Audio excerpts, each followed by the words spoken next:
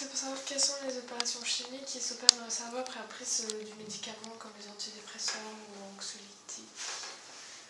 Alors, les mécanismes les mécanismes des anxiolytiques sont différents de ceux des antidépresseurs. En fait, il y a plusieurs classes pharmacologiques.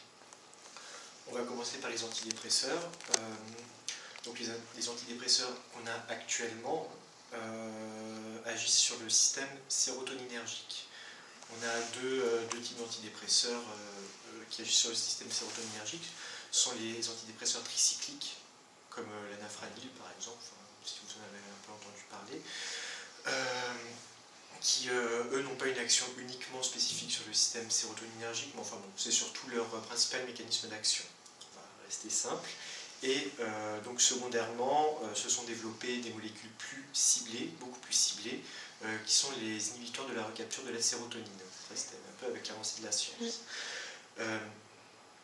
D'où vient un peu cette idée-là, c'est un peu une constatation empirique, hein, que en fait, les antidépresseurs tricycliques, on a découvert leurs vertus antidépressives, puisqu'ils étaient à l'origine, en tout cas, il y avait des médicaments utilisés comme antibiotiques, en fait, qui avaient cette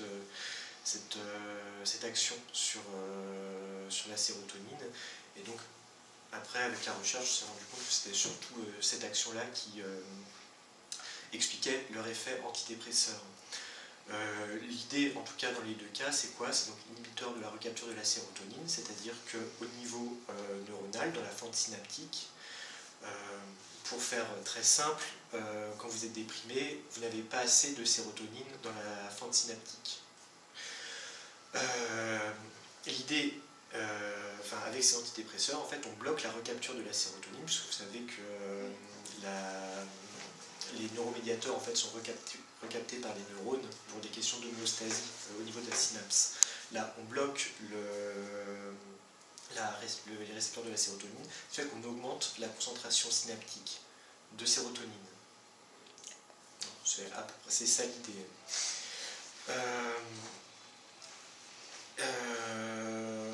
Ça, c'est donc pour les... Alors après, il existe d'autres types d'antidépresseurs, comme l'atimib ou la murcérine, qui, eux, agissent sur d'autres neurones, mais qui, en fait, ont comme effet, par effet de répercussion neuronale, en fait, cette augmentation de sérotonine. Là, actuellement, il y a un autre traitement antidépresseur, hein, qui s'appelle le valdoxan, qui lui agit plutôt sur une composante mélatoninergique, puisque la sérotonine n'explique pas toute la dépression non plus. C'est quand même, il faut voir ça comme un déséquilibre complexe quand même des neuromédiateurs au niveau du cerveau. Et donc en agissant sur les récepteurs mélatoninergiques, là du coup on agit plus, puisque la mélatonine est impliquée dans les cycles circadiens, c'est-à-dire tout ce qui peut être, tout ce qui est de l'ordre en fait de l'organisation sur le jour et la nuit, hein. C'est sur cette homéostasie, donc on a aussi un effet antidépressif de ce côté-là. Ça c'est à peu près la base, hein, pour les antidépresseurs.